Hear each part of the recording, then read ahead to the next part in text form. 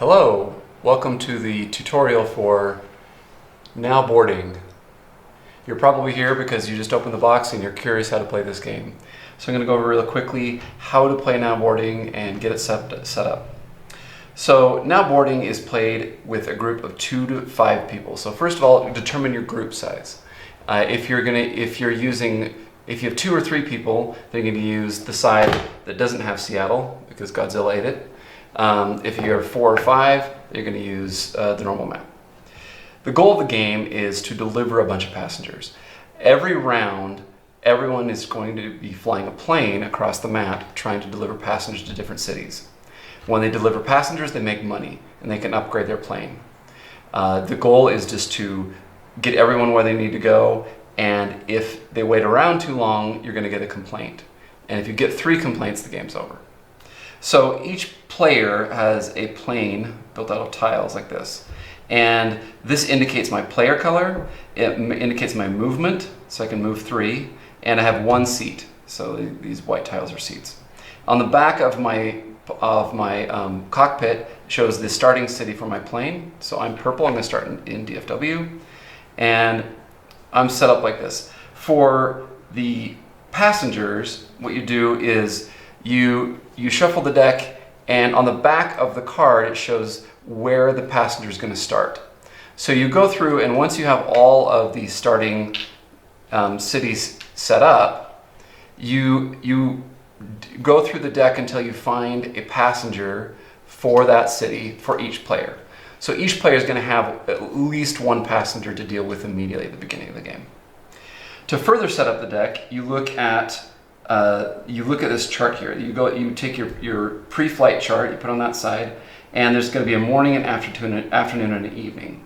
And so say I'm 4 players, I'm going to put 12 cards in this pile, 20 cards in this pile, and 35 cards in this pile. Any extra cards are removed from the game. I'm also going to put, so say we'll have piles like this, right? And for weather, it'll also tell me how many weather cards. So there's a weather deck right here, and you're going to put the appropriate number of weather cards. So in a 4-player game, I'm going to put 6 here, 6 here, and 6 here. The first ones I'm going to resolve immediately. And what weather does is it puts little wrinkles in the map. So you take you take an even number of storms and tailwinds tokens. In this case, I have 6, so I'm going to put 3 tailwinds face down and 3 storms face down. And I'm going to shuffle them up. All right. And then I'm going to reveal a weather card. It's going to tell me a connection. So Seattle to JFK, over along here. And I'm going to randomly take one of these weathers. This is a tailwind, and I can put it anywhere along this track. This removes one of the pips. This makes it faster to travel on this route now. And then I continue to go through, and it's like, okay, Seattle to ORD, so that's this connection. And it's a storm. And what the storm does is it adds a pip, so it makes this path longer temporarily. And so the weather is going to shift things a little bit during this part of the day. So this is the morning, and then when we move to afternoon, we're going to get another set of weather and another set of weather. So that's part of the initial setup. Each round is started by, in addition to the starting passengers at the start of the game, it'll tell you how many passengers to draw per round.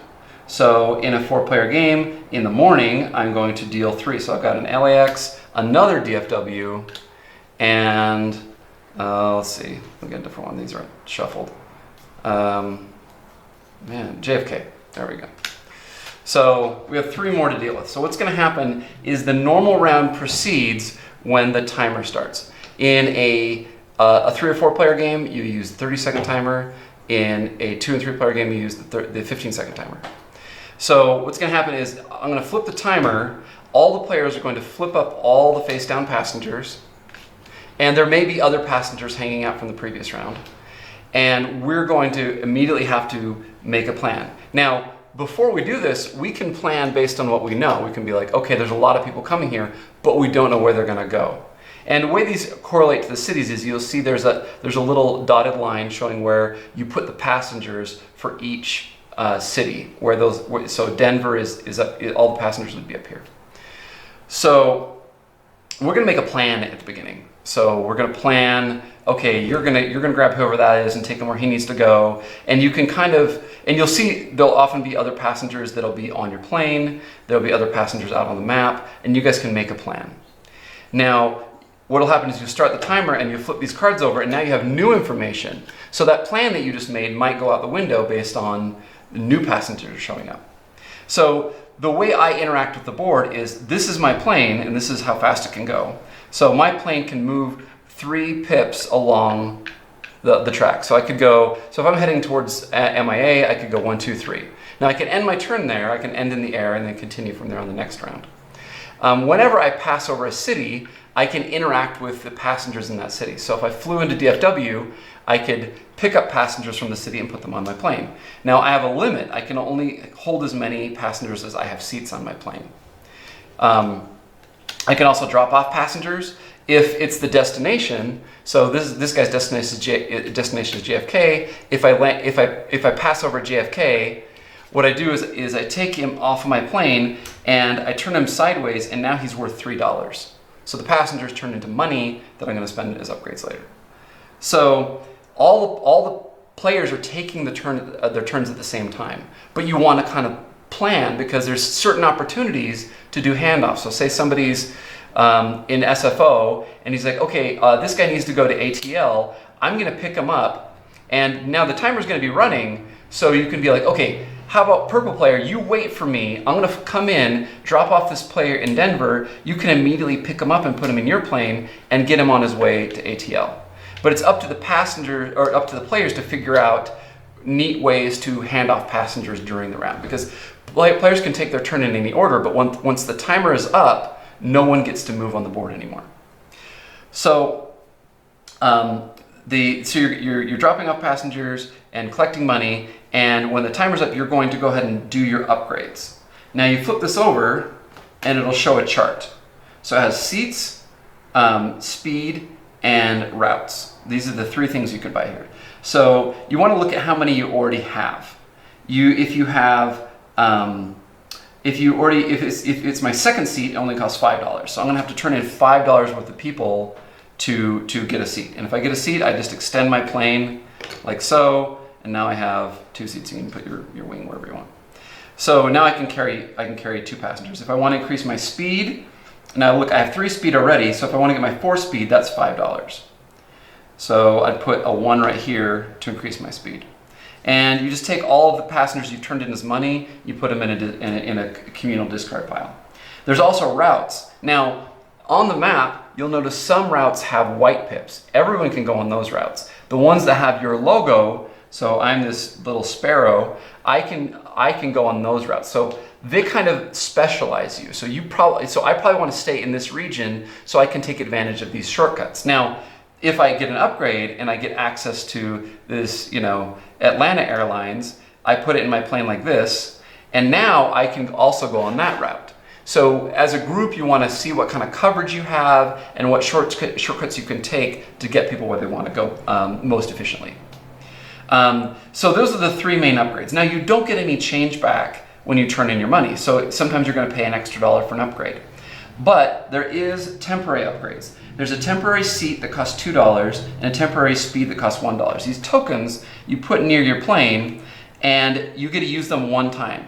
So if I have the temporary speed and on a turn I want to go 1 pip further so I can make it time Miami this turn and drop off people, I can turn this turn this back into the common area and use that speed. Now, there's only 1 token. So if you take this, you want to make sure you're going to use it in the next turn or so you can get it back to the group so someone else can use that temporary upgrade. It's a great way to use some extra money.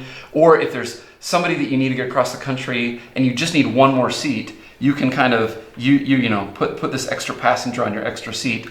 But this only allows for one loading. Now, upgrades, you do get 1 free upgrade at the beginning of either a seat or a speed. And as a group, you're going to kind of decide. At the beginning of the game, you're going to start with 1. So some players are going to start with 2 seats, and some players are going to start with 4 speed. Also, at the end of the round, everyone gets angry. So anyone that's not on a plane and is sitting at an airport gets an anger cube. And if anyone gets their 4th anger cube in this, during this end of round, they file a formal complaint and they leave. So they leave the game, they go to the discard pile, and they rent a car or something to get to their destination.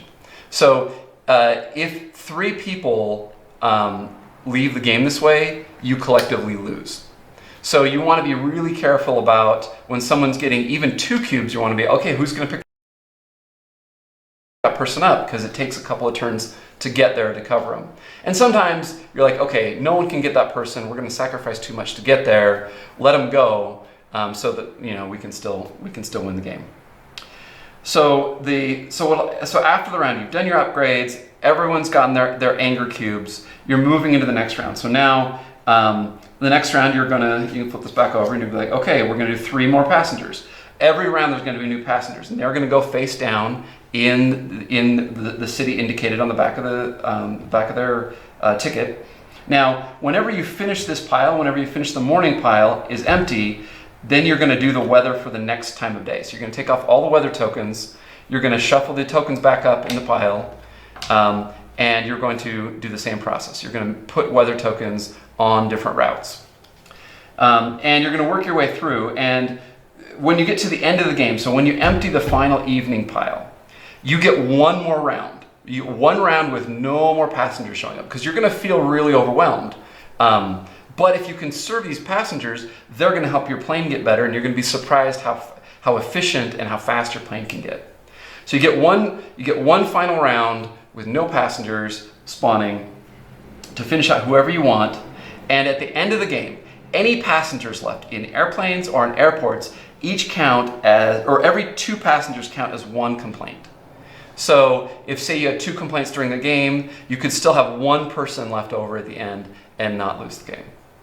So that's the end condition. There is some variance you can check out in the instructions for the VIPs, which put a little wrinkle in certain passengers, making them a little harder, like they can't fly alone. And there's rules for how you put these in the game.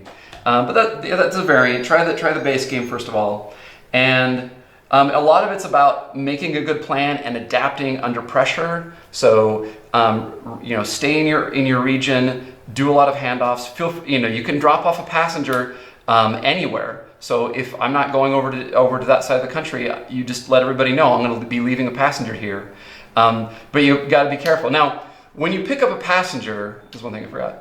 When you pick up a passenger, they lose all of their anger. They're so happy that you picked them up. They lose all the anger and go back into your plane. Now, you can't drop them off in the city that you picked them up from just to get rid of their anger. They have to get dropped off somewhere else. But say you drop them off in Denver, now they're going to be building up anger there. So you're just kind of kicking the can down the road. They really do need to get to the destination, or you're going to get overwhelmed. So you can manage. There's some people that will carry around a passenger in their plane for a large portion of the game, waiting to get to that side of the country, but that's not ideal. So we also check the rule book, and also check on the forum on Board Game Geek for Now Boarding. We'll have frequently asked questions, and you can also present questions there if you've got any unresolved concerns. And thank you for watching.